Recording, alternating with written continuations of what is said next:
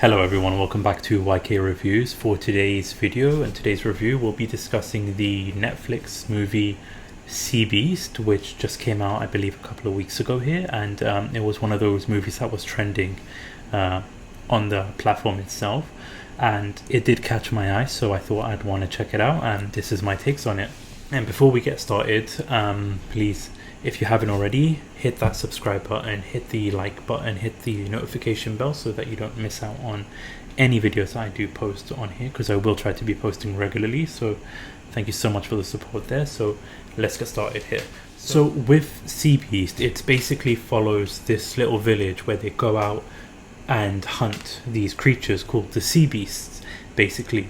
So in the movie itself, you have this little girl called Macy, who is essentially her parents died doing that. Her parents died chasing after these sea beasts, trying to kill them. So now she's stuck in this little orphanage. Now she wants to get on the ship so that she can go with these sailors to go and like kill the sea beasts, just like her parents did. So I'll start off with a little backstory, because the creators of this movie were actually the same creators of the animation movie Moana, which got me pretty excited to like see this movie, because Moana is one of my favorite like animation movies in this generation, because you've got like Toy Story, Tarzan, Aladdin, Lion King, like all those that came out in the early 2000s, in the 90s, like those, I love those movies. But then like the more recent ones, Moana is probably like my favorite like animations of recent times. So I was excited to see what they were going to bring to like this movie, and I've got to say, the whole movie, all I kept saying was like, this looks amazing, this looks stunning. The animation was so visually breathtaking that like I said, throughout the whole movie I just kept saying, this looks amazing, I can't believe the animation, like this animation looks great. Throughout the whole movie I just kept thinking that it really comes across so well.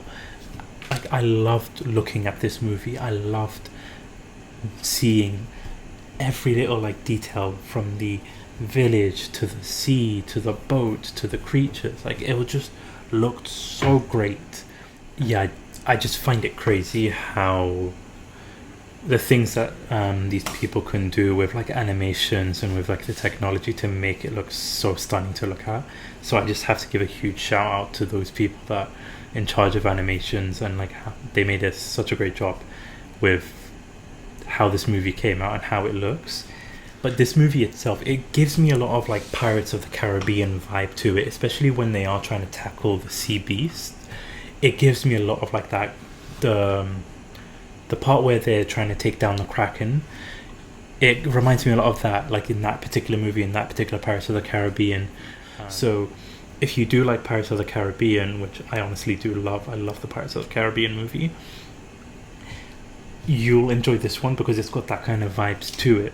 And I feel like in terms of like not the captain, we will discuss the captain, but the second in command, his right hand man Jacob, he does remind me of a lot of like Jack Sparrow, Captain Jack Sparrow.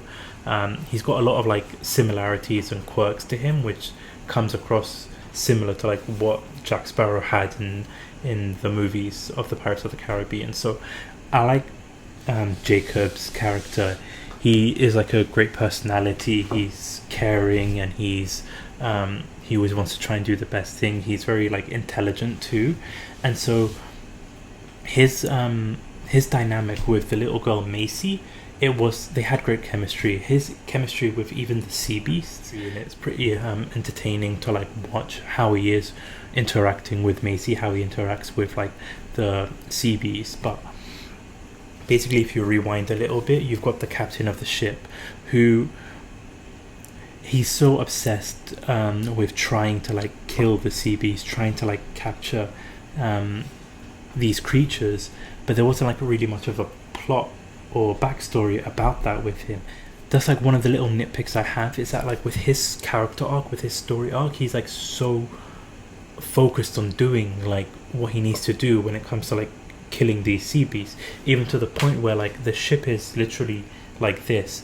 The ship's gonna literally fall apart because the sea beast is like underwater, twirling the water and like creating a whirlpool so the boat's like this, and it's up to Macy to have to cut the ropes to prevent the ship from crashing, but he's just so blind to see that. And so he's even like his unorthodox methods, the way he goes about like going to like this witch to create this like weapon, which a lot of people in the ship didn't even agree with, but I get he's the captain, he makes the final decision, but like he's just so obsessed with like what he has to do to kill the beast, but there wasn't like enough plot about that, or like why he wants to do that.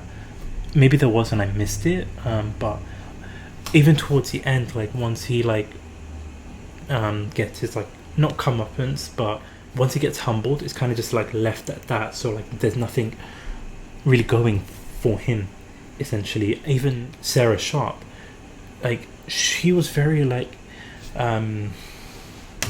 if you've seen the movie Nope, it's like Daniel Kaluuya's character, very one word answers, very like straight to the point, take no like prisoner kind of mentality, but there wasn't enough scenes about her, so like there wasn't enough backstory or plot or anything like that, so she kind of like fades towards the end of the movie. So like them two, I just felt like they should have given more like story behind them, or more scenes with them on the ship or that kind of stuff, so that you kind of like want to know what happens to them. Or like, because like I felt bad for the captain, I felt sorry for him, but I just feel like, okay, like towards the end I'm like, okay, well I guess that's that then, on to the next scene.